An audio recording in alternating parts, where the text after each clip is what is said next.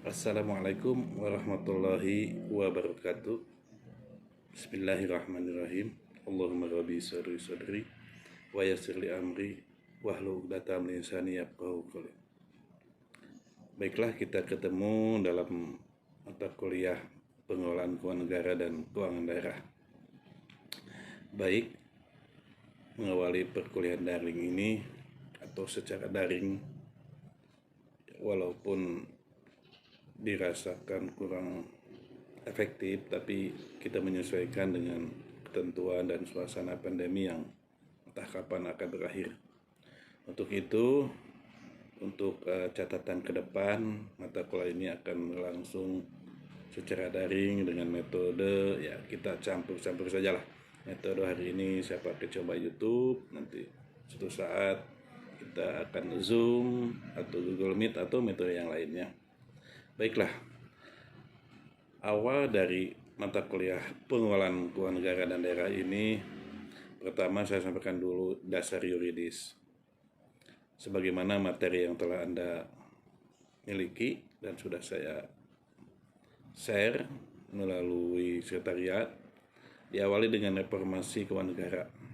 Inilah dasar yuridisnya yang pertama kali dengan Undang-Undang 17 ya, tahun 2003 tentang keuangan negara. Secara umum, undang-undang mengatur atau di dalamnya membahas tentang pengaturan umum tentang keuangan negara. So, kalau Anda ingin lebih detail memahami tentang keuangan negara, bacalah undang-undang ini. Ini Undang-Undang 17 tahun 2003 tentang keuangan negara. Yang kedua, Undang-Undang 1 tahun 2004 ini tentang perbendaharaan negara. Jadi sebagai landasan kedua yang melandasi mata kuliah ini, yaitu Undang-Undang 1 tahun 2004 tentang perbendaharaan negara. Di dalamnya membahas atau bercerita tentang sistem keuangan, tata cara pembayaran, pertanggungjawaban. Adapun yang ketiga itu Undang-Undang Nomor 15 Tahun 2004 ya, tentangnya pemeriksaan pengelolaan keuangan negara oleh pemeriksa keuangan. Dalam ini Badan Pemeriksa Keuangan berdasarkan sistem akuntansi pemerintahan. Itu Undang-Undang Nomor 15 Tahun 2004 tentangnya pemeriksaan pengelolaan keuangan negara.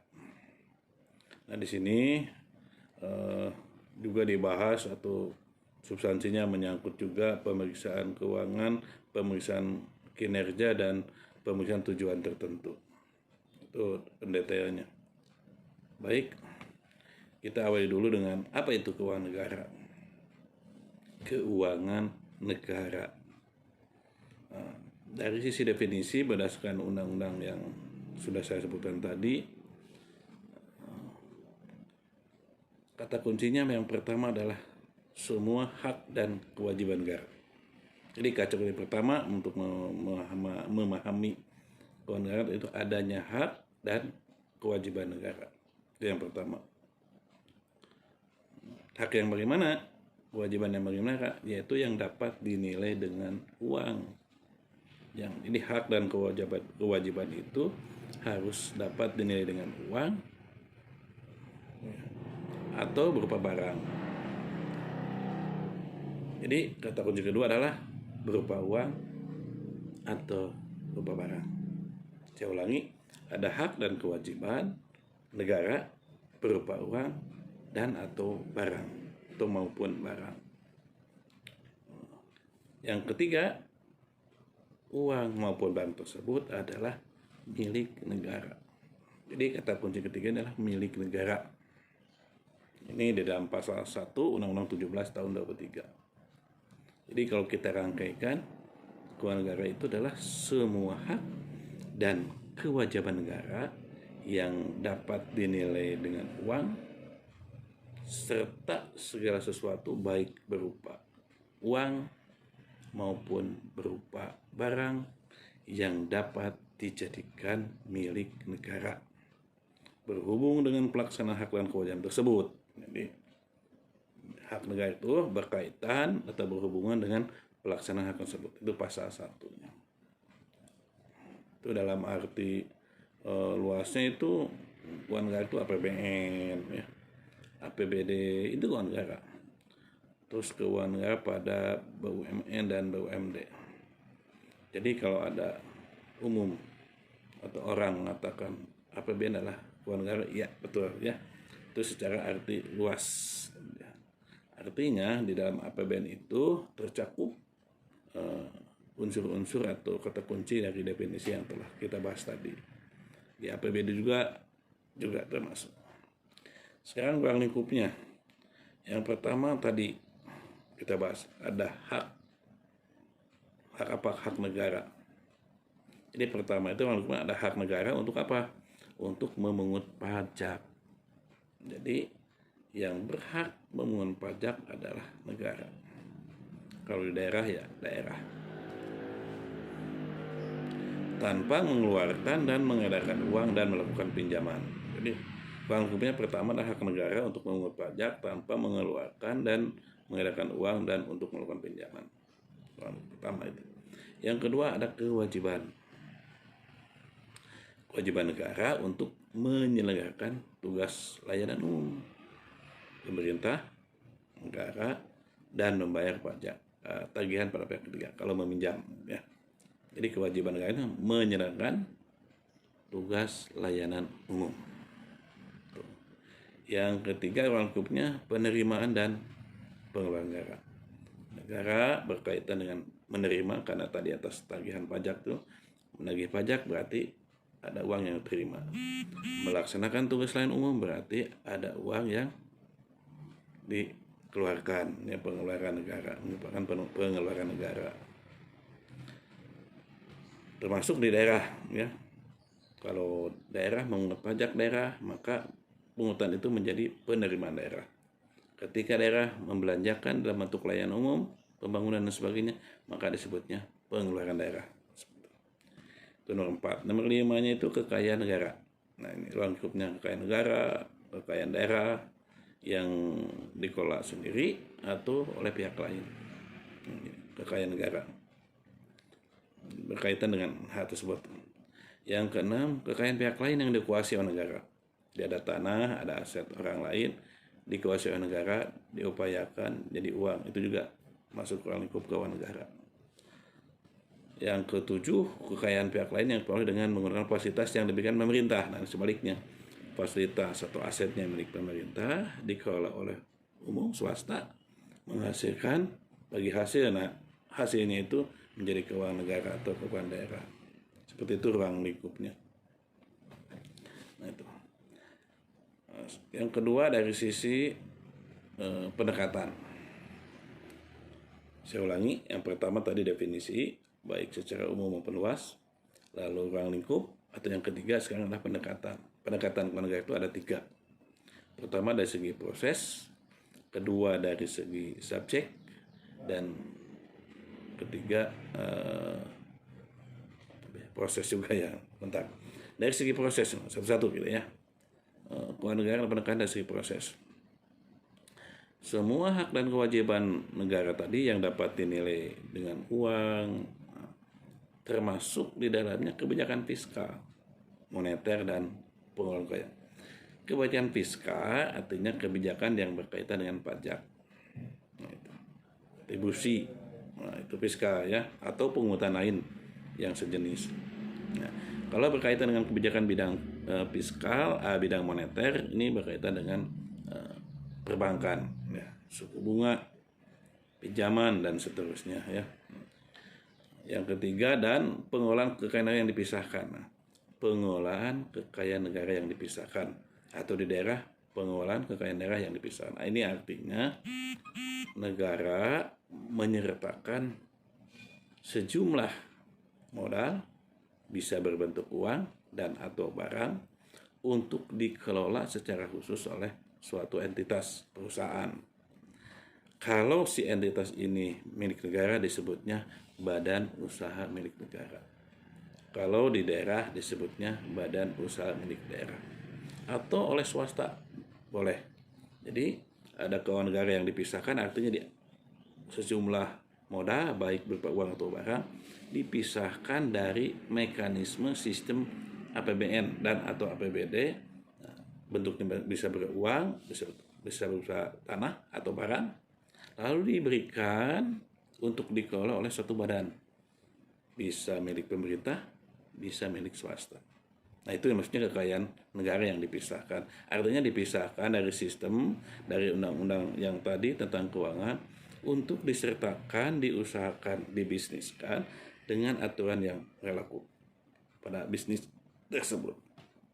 Kalau oleh PT berarti undang-undangnya undang-undang perseroan terbatas ya, bukan undang-undang tentang APBN lagi. Jadi dipisahkan, artinya dikelola secara khusus. Itu keuangan negara yang dipisahkan. Bisa bentuknya uang, bentuknya kalau uang berarti penyertaan modal. Nah, bentuknya uang, bisa berbentuk non uang atau barang, berarti penyertaan modal bentuknya barang, misalkan tanah yang diusahakan berkaitan dengan hak, pelaksanaan hak dan kewajiban tersebut. Itu adalah segi prosesnya. Pendekatan proses ini dari keuangan ini menyangkut sekali lagi fiskal, moneter, dan kekayaan yang dipisahkan baik daerah maupun nasional atau negara. Di pendekatan proses ini semua hak dan kewajiban negara tadi yang bisa dinilai dengan uang itu termasuk di dalamnya untuk kebijakan berkaitan dengan fiskal, pajak, moneter atau perbankan, dan juga pengelolaan kekayaan negara yang dipisahkan. Nah, itu adalah segi pendekatan proses. Yang kedua dari segi pendekatan subjek. Jadi subjek ini seluruh objek keuangan di atas yang dimiliki negara dan atau dikuasai oleh pemerintah negara, oleh badan yang ada kaitan dengan keuangan negara. Jadi menyangkut dengan objeknya, ya, objek keuangan negara.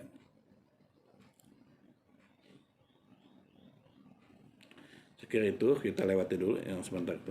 Nah, sekarang yang keempat, apa sih perbedaan antara entitas pemerintahan dan bisnis dan menyangkut keuangan ini.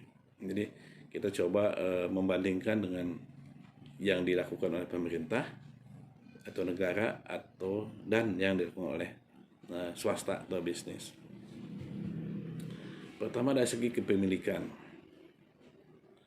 Kepemilikan oleh perbedaannya ya. Kalau pemerintah itu eksternal, artinya uang publik, nah, bisa eksternal. Kalau bisnis, kebalikan bisa milik sendiri atau juga dari luar.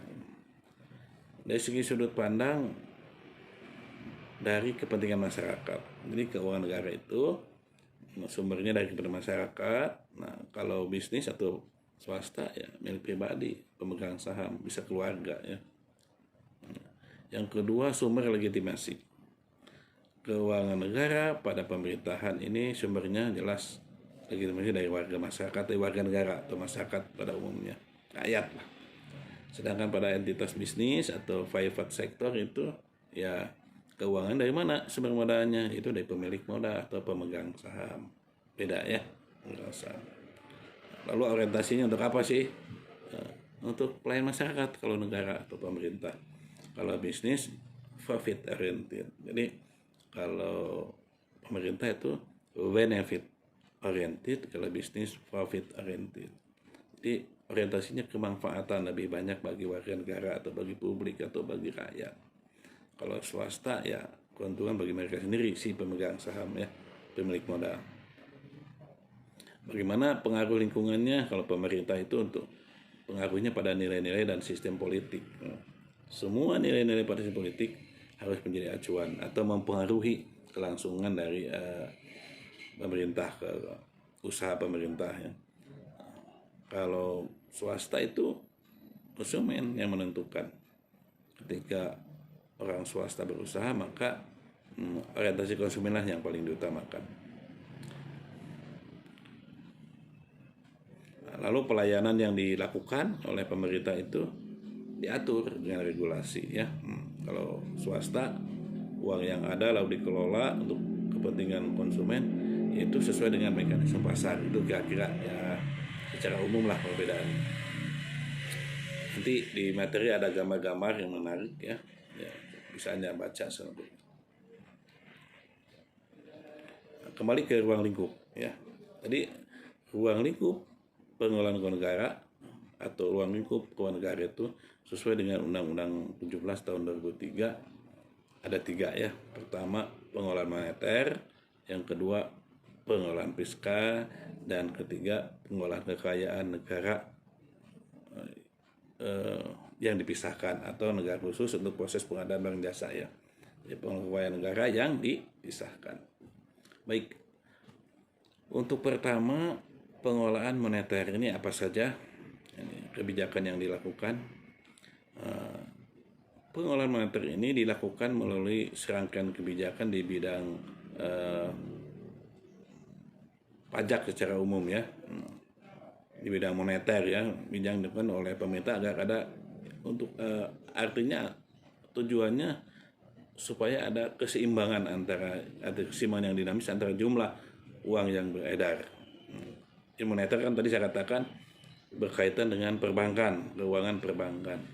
Jadi keseimbangan antara jumlah uang yang beredar dengan barang jasa yang tersedia di masyarakat. Ini diatur kebijakan di dalam konteks ruang lingkup keuangan negara ini. Dalam bidang moneter ini tugas utama atau fungsi utamanya adalah bagaimana sih agar terwujud atau tercipta keseimbangan yang dinamis antara jumlah uang yang beredar dengan barang dan jasa yang tersedia di masyarakat. Artinya begini, ketika uang yang beredar melebihi ketersediaan barang dan jasa yang ada di pasar, maka disebutnya inflasi itu.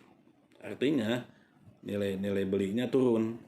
Jadi kalau barangnya banyak, uangnya jauh lebih banyak daripada barang yang ada, artinya uangnya sedikit turun nilainya.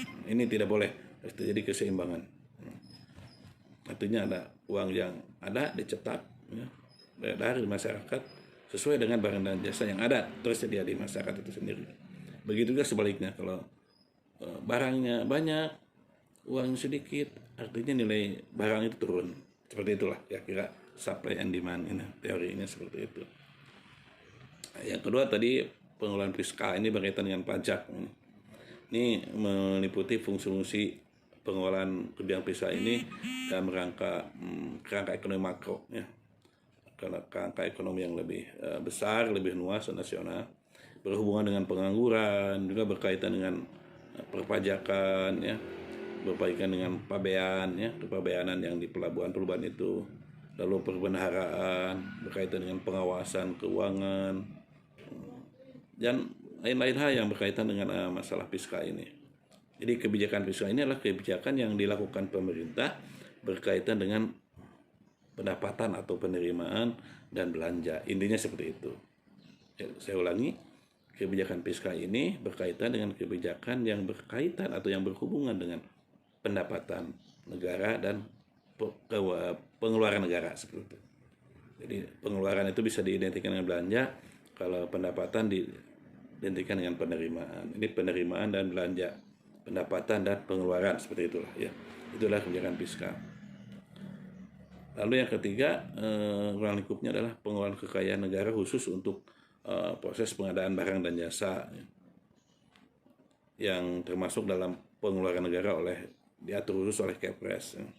Jadi setiap pengeluaran negara baik barang maupun jasa itu diatur oleh keputusan presiden. Nah, di dalamnya terdapat kekayaan negara yang dipisahkan ya. Dipisahkan sekali lagi, pengelolaannya diserahkan kepada perusahaan atau badan tertentu, institusi tertentu, entitas tertentu, di mana seluruh modalnya, seluruh sahamnya dimiliki oleh negara, itu BUMN ya. Kalau sebagian tentu saja ada dengan pihak yang lain. Jadi ketika si kekayaan baik berupa uang maupun barang itu seluruhnya dimiliki oleh negara, maka pengelolaannya oleh entitas yang dinamakan dengan badan usaha milik negara. Kalau di daerah, badan usaha milik daerah. Seperti itu. Dipisahkan. Jadi diserahkan pengelolaannya keluar dari mekanisme dan aturan APBN atau APBD. Yang berlaku tentu bisnis oriented. Nah, ketika menghasilkan disebutnya dividen, masuk menjadi sumber keuangan negara. Nah, itu sekilas tentang ruang lingkup. Nah, setelah ruang lingkup, maka lanjutan adalah sumbernya. Kita mengenal ada 8 sumber keuangan negara. Tadi saya sudah sebut tentang dividen. Nah, itu salah satu sumber. Yang pertama sumber keuangan negara itu pajak. Apa itu pajak? Silakan Anda ulas lagi. Intinya pajak itu adalah kewajiban warga negara. Dan kedua landasannya undang-undang. Ya. Yang ketiga sifatnya memaksa. Jadi wajib, karena kewajiban dipaksa oleh pemerintah. Kita sebagai objek pajak. Untuk apa? Untuk langsung pembangunan. Ya. Tapi uang ini dikumpulkan dulu. Masuk ke kas negara atau di daerah kas negara, maka dikumpulkan, maka tahun selanjutnya digunakan untuk kepentingan pembangunan. Itu adalah sumber keuangan yang pertama. Yang kedua sumbernya dari laba BUMN atau yang tadi yang saya katakan dividen itu. Jadi ketika ada modal pemerintah diserahkan pengelolaannya dibisniskan dengan mekanisme tertentu, bisnis oriented, maka menghasilkan keuntungan. Nah, untungannya disebut dividen. Dividen ini atau laba ini masuk menjadi sumber keuangan negara. Itu. Yang ketiga, pencetakan uang. Boleh. Ketika tidak ada keseimbangan misalkan, atau ketika terjadi sesuatu hal yang dirasakan perlu, maka negara berhak mencetak uang. Tidak sembarangan, tentu ada alasan tertentu ya. Inflasi yang tidak terkendali dan sebagainya lah. Nah, atau penggantian uang-uang yang sudah rusak itu juga dicetak ya. Tapi tetap dengan memperhatikan norma-norma tertentu. Nah, pencetakan uang negara ini merupakan sumber ketiga dari keuangan negara. Yang keempat, pinjaman. Negara berhak atau boleh meminjam uang kepada pihak yang lain, negara lain, menjadikan atau mengisi pundi-pundi keuangan negaranya. Artinya negara dan atau daerah juga diperbolehkan sesuai dengan ketentuan undang-undang untuk meminjam, menambah sumber keuangan negaranya. Yang kelima, bagaimana kalau negara lain membantu hibah, tidak perlu dikembalikan, namanya hibah, itu juga sumber keuangan negara. Jadi Menteri Luar Negeri, pemerintah berusaha lobby-lobby ke luar negeri, melakukan kerjasama dan sebagainya, sehingga mereka memberikan hibah atau ada yang memberikan hibah baik orang maupun barang, maka barang nilai dengan uang itulah sumber keuangan negara. Itu juga sama, sumber keuangan negara. Yang keenam, denda atau sita. Denda ini dari siapa? Nah, denda tentu saja dari kalau misal warga negara, kalau lewat pajak ada denda dan sebagainya. Lalu penyitaan barang, misalkan juga dijual jadikan uang, masuk sumber keuangan negara. Yang ke berapa ya? 7. Keenam ya. Ketujuh itu cukai. Jadi kalau kita hitung ada 9 ya, bukan 8 ya. Jadi yang keenam cukai. Cukai itu apa sih cukai itu? Ya, pungutan yang tertera dalam pita di suatu barang, misalkan rokok, itu ada tertanda di situ cukainya gitu. Nah, itu intinya adalah pendapatan juga. Jadi sesuatu yang dikenakan kepada warga negara untuk menjadi sumber keuangan negara. Bentuknya cukai, bentuknya uang ya. Yang ke berapa? 8. Retribusi. Apa bedanya pajak dan retribusi? Silakan Anda. Saya tugaskan Anda lalu dikumpulkan ya, atau bisa melalui chat lah masing-masing, atau secara tertulis saja lah nanti dikumpulkan di sekretariat perbedaan pajak dan cukai. Yang pertama nanti ada yang lagi tugasnya. Jadi soal pertama tugasnya adalah jelaskan perbedaan pajak dan retribusi. Ya, itu soal pertama. Catat saja dulu. Itu retribusi ya. Intinya sama tadi ya. Retribusi itu sesuatu yang dikenakan, yang diambil, yang diminta, yang dari masyarakat ya. Objek retribusi tentu dengan dasar aturan tertentu dan seterusnya. Silakan Anda cari aja lah. Sebagai referensi, lihat di Undang-Undang nomor 28 tahun 2009 kalau tidak salah. Silakan lihat tentang pajak daerah dan retribusi daerah, bisa dicari di situ. Yang ke-9, penyelenggaraan undian berhadiah. Nah, kita karena di media televisi misalkan atau di media yang lain ada undian-undian, biasanya sebut pajak ditanggung pemenang. Nah, itu dari undian ini masuk ke kas negara. Jadi sekali lagi ada 9 berarti ya. 9 sumber keuangan negara yang kita kenal. Lalu tujuannya apa? Tujuan pengelolaan keuangan negara ini, dari setelah mendapatkan sumber uang maka dikelola kan ya, dengan tujuan ini untuk meningkatkan pertumbuhan ekonomi ya, melalui pembangunan ya, sehingga ekonomi tumbuh sekian persen. Yang tadinya pemerintah punya uang sekian lalu di sharekan, dibagikan, didistribusikan dalam bentuk pembangunan sehingga pendapatan masyarakat meningkat. Yang kedua, untuk menjaga stabilisasi ekonomi, stabilan ekonomi ini. Jangan sampai terjadi ya punya uang tidak ada barang, ini tidak stabil, atau sebaliknya, barangnya banyak, uangnya nggak ada. Uangnya ada, tapi barangnya nggak ada juga. Uangnya ada, barangnya tidak ada juga. Tidak stabil. Ini biasanya seperti atau sering terjadi pada menghadapi hari-hari besar ya. Ketika barang langka, seperti kelangkaan barang ya. Orang berebut, orang menumpuk dan sebagainya. Ini terjadilah inflasi. Inflasi itu kenaikan harga umum ya. Kenaikan yang sifatnya umum pada barang-barang tertentu. Yang ketiga, merelokasi sumber-sumber ekonomi, relokasi kembali. Jadi memeratakan lah, pemerataan sumber-sumber ekonomi. Jadi kegiatan ekonomi tidak boleh bertumpuk di satu lokus, tapi harus menyebar ke lokus yang lainnya. Tidak boleh hanya di Pulau Jawa saja yang tumbuh ekonomi, tapi di luar Pulau Jawa mereka tidak menikmati kue-kue pembangunan ekonomi. Tidak boleh seperti itu. Jadi adanya pengelolaan negara ini dikelola secara efektif, secara efisien juga untuk direlokasikan ke daerah yang lain yang masih ketinggalan dengan di Pulau Jawa lah pada umumnya. Yang keempat, mendorong retribusi pendapatan.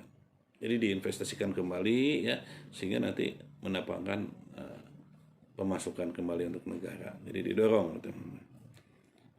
Landasan hukumnya dari Undang-Undang Dasar 1945, yang tadi Undang-Undang Perbendaharaan Negara, Undang-Undang Nomor 5 Tahun 73 tentang BPK, Undang-Undang APBN setiap tahun ya, undang-undang yang berkaitan dengan pajak, bea dan cukai dan seterusnya. Banyak sekali yang kaitan dengan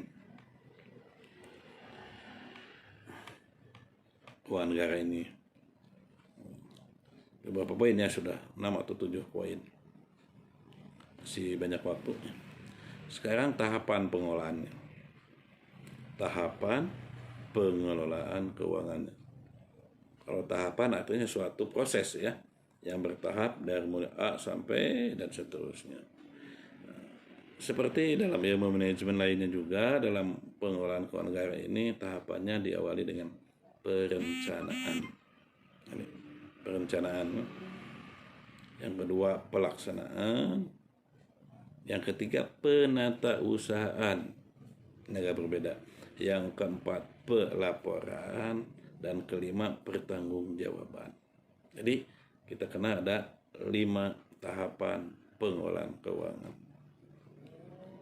Pertama perencanaan, kedua pelaksanaan, ketiga penatausahaan, keempat pelaporan, kelima pertanggungjawaban. Ada 5 ya. Ini mudah sekali deh ingat saya fungsi-fungsi manajemen lah ya. Cuman agak bedanya penatausahaan. Apa itu nanti kita jelaskan satu-satu lah ya. Nah, sekarang siklusnya, tadi penataan itu tahapan sama dengan siklus. Itu tahapan secara umum ya, manajemennya seperti itu. Nanti ada penjelasannya. Lanjut ke siklus pengelolaan keuangan negara. Ini berkaitan dengan perencanaan dan penganggaran. Jadi untuk menjamin kegiatan pembangunan agar efektif, efisien dan bersasaran, sasarannya jelas, maka memerlukan perencanaan pembangunan nasional. Jadi dalam konsep perencanaannya ini supaya arahnya lebih efektif, pelaksanaannya lebih efisien, sasarannya lebih tepat. Nah, maka perlu perencanaan pembangunan nasional ya. Undang-undangnya Undang-Undang Nomor 25 Tahun 2014 tentang Sistem Perencanaan Nasional. SPN, tentang SPN, Sistem Perencanaan Nasional, Undang-Undang 25 Tahun 2004. Nah, itu. Ini perlu direncanakan sama. Yang kedua, perencanaan merupakan proses menentukan tindakan masa depan. Sama. Proses menentukan. Jadi ada proses. Proses untuk apa? Menentukan masa yang akan datang atau masa depan.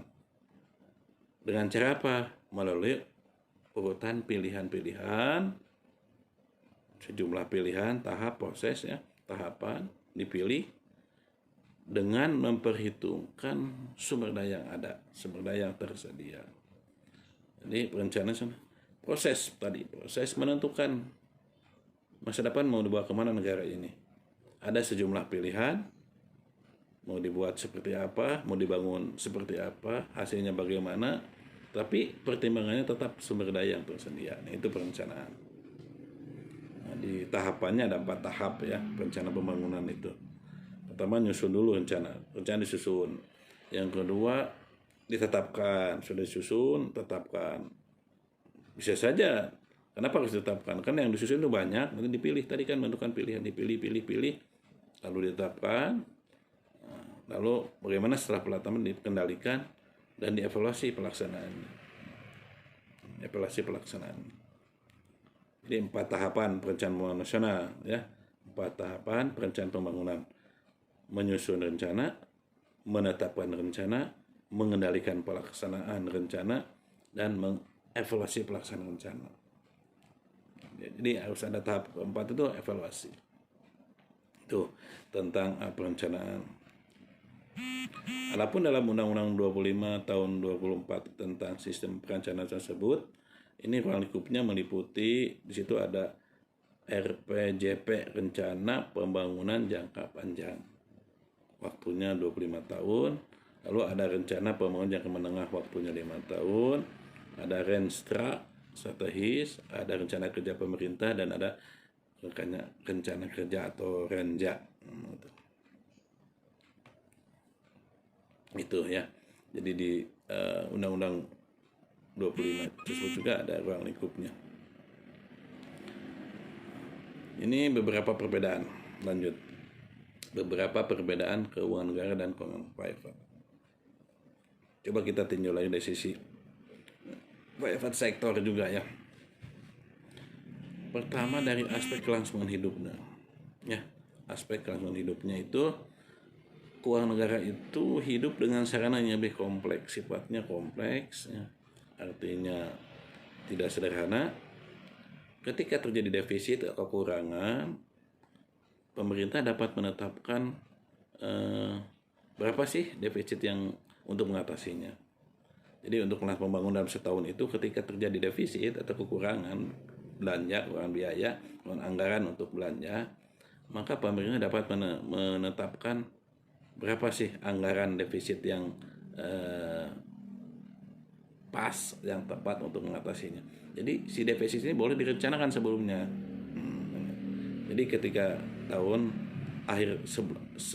tahun sebelum pelaksanaan anggaran ini, pemerintah boleh menetapkan defisit atau ya surplus. Tapi surplus tidak jarang terjadi, tapi defisit. Jadi belanjanya habis 10, keuangan negaranya cuma 8, berarti terjadi defisit 2. Nah, itu boleh direncanakan, itu pemerintah ya. Boleh merencanakan. Masalah menutupnya bagaimana nanti kan ada hak-hak pemerintah yang lainnya. Nah, kalau private sector atau dunia usaha swasta itu ya mereka hidup dengan sarana yang mereka miliki sendiri ya. Mereka hidup dengan sarana yang mereka miliki sendiri. Bisa terjadi defisit apabila pengeluaran lebih besar pada pemasukan. Nah, ini mereka merencanakannya tidak boleh pengeluaran itu lebih besar daripada pemasukan. Karena mereka profit oriented, kalau pemerintah kan benefit oriented. Sepanjang memberi manfaat untuk publik, untuk masyarakat, maka defisit boleh direncanakan. Itu bedanya dari segi kelangsungan hidup antara pemerintah dan dunia swasta. Misalkan buat jembatan kurang duitnya, boleh nanti bisa pinjam, bisa dari mana saja menutupi defisitnya. Nah, karena untuk manfaat untuk rakyatnya. Kalau swasta profit tidak boleh, karena mereka harus profit. Kalau tidak profit ya bukan usaha namanya, seperti itu. Yang kedua, cara melakukan pinjaman. Karena pemerintah boleh meminjam atas dasar undang-undang. Jadi meskipun pinjam yang lalu belum dikembalikan, misalkan, negara tetap bisa merencanakan peningkatan hutangnya, menambah hutang dalam setiap anggaran yang disusun dan ditetapkan. Itu kalau negara masih boleh. Nah, kalau swasta ini biasanya tanpa pembayaran kembali pinjaman sebelumnya, maka akan kehilangan kepercayaan kredit di dalam pasar. Susah. Kalau pemerintah bisa menerbitkan obligasi, surat hutang negara. Nah, kalau swasta bayar dulu. Kalaupun ditambah lagi hutangnya, itu dengan syarat-syarat tertentu. Itu bedanya. Yang memberatkan tentu saja. Lalu yang ketiga, dari aspek pemberi pinjaman. Pinjaman bagi pemerintah dapat dilakukan ke dalam maupun luar negeri. Jadi, pemerintah boleh melakukan pinjaman luar negeri. Nah, kalau swasta biasanya pihak luar ya, pinjaman hanya dilakukan terhadap pihak luar. Di dalamnya sudah pemegang saham juga repot ya. Yang keempat, bunga pinjaman. Bunga pinjaman lebih rendah daripada pinjam yang dilakukan oleh swasta.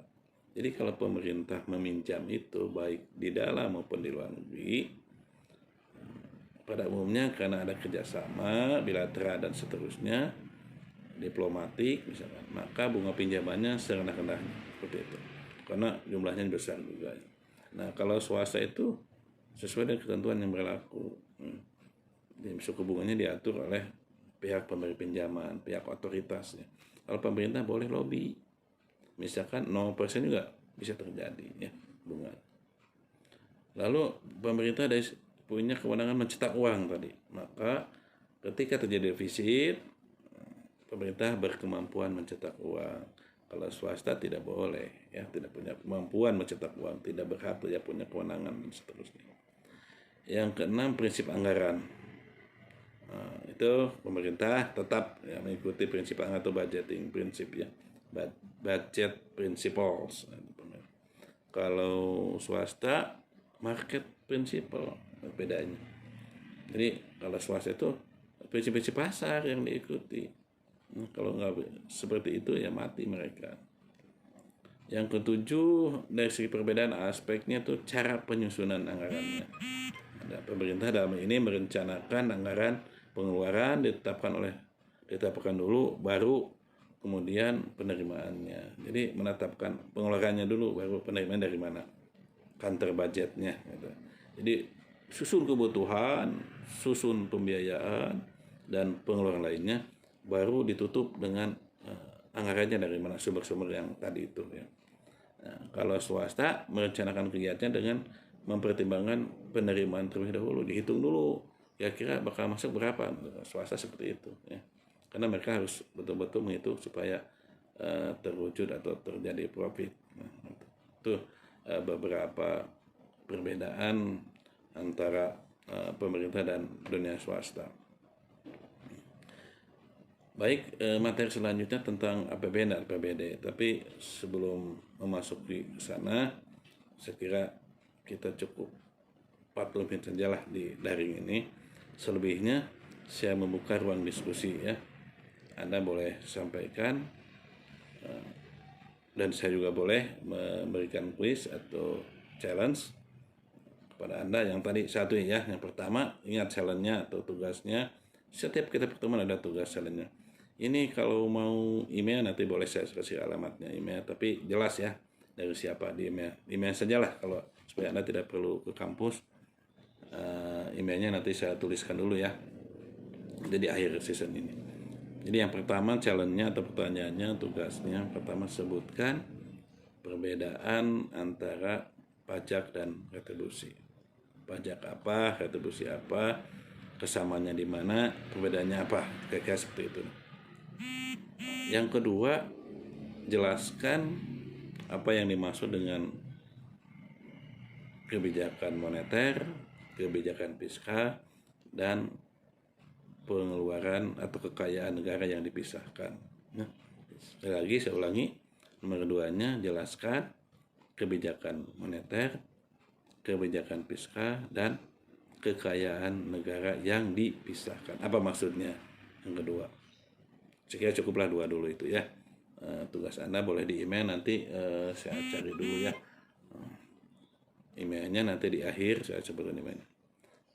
Yang kedua, balik tanya. Jadi Anda boleh bertanya juga di email tersebut apa-apa yang belum dipahami atau apa saja pertanyaan menyangkut dengan negara ini, saya jawab di pertemuan selanjutnya. Sebentar ya. Tapi emailnya Asep Hikmat, huruf kecil ya, satukan Asep Hikmat 2020@gmail.com. Asep Hikmat, huruf kecil semua, satukan 2020